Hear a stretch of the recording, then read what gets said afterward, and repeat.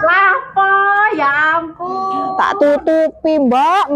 Biasa user iku teko dhewe are. Omah iki dijual ya, Rek ya. Posisinya posisi hook ya. Ukuran 5,5 kali 13.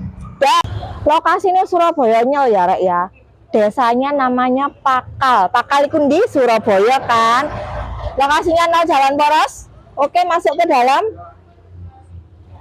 Ini wes ready ya carportnya ya. Masuk. Lihatlah, drop ceiling tinggi banget, jadi nggak sumuk nanti ya. Kamarnya ada 2. Di sini bisa dijadikan ruang makan ya.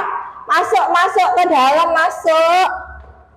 Nah, ini dapur, bukan sembarang dapur karena ada pintunya juga ya, dan gak sumuk lek masak. Oke, di sini ada kamar mandinya lho, Rek. Ombo kamar mandi. Masuk, Mbak. Ombo kan? Ya. Surabayanya gak perlu pindah kakak. Wes ngono ae info teko aku, pokoknya aja lali cari rumah kafling, tanah kafling, atau mau pengajuan KPR yang 0 DP dan juga jasa bangun rumah. Selalu ingat, cari properti, ingat Listi. Bye-bye.